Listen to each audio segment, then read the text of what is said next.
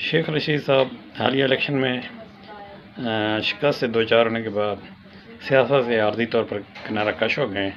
गुज़श्ता इन्होंने कहा था कि मैं 2 माह के लिए रेस्ट पे हूँ, तो इस रेस्ट के दौरान वो क्या करते हैं ये इस वीडियो में आप देख सकते हैं। ये गल पाकिस्तान की तो नहीं, बैरून मुल्क है, गल ताजिकिस्तान वगैरह की है कहीं। तो इससे कबल भी उनकी कई वीडियो ऐसी आई हैं जो कभी कुत्तों के साथ खेलते हुए नज़र आते हैं, फार्म हाउस पर घुड़सवारी करते नज़र आते हैं।